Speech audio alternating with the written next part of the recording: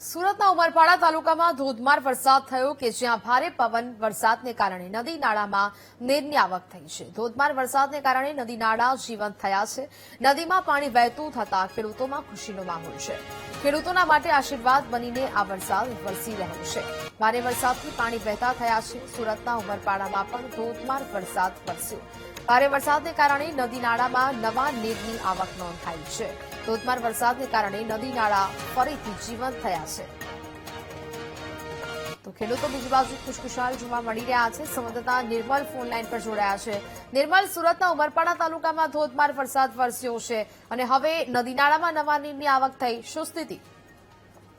ચોક્કસથી કે સુરતનો ચેરાપુંજી ગણાતો એટલે ઉમરપાડા તાલુકો અને સુરત ગ્રામ્ય વિસ્તારનો સૌથી વધુ વરસાદ ઉમરપાડા તાલુકામાં થાય છે એટલે તેને ચેરાપુંજી ગણાય છે। ત્યારે આજે ઉમરપાડા તાલુકામાં સવારથી ભારે વરસાદથી સૂકા પડેલા નદી નાળાઓ જે હતા એ ફરી એકવાર જીવંત બન્યા છે અને 10 પ્લોટોમાં પણ પાણીની આવક વધતા ગ્રામ્ય વિસ્તારોમાં આનંદની લાગણી છવાઈ ગઈ છે। ખાસ કરીને આકાશી ખેતી પર નિર્ભર ખેડૂતો માટે આ વરસાદ આશીર્વાદ સમાન સાબિત થયો છે।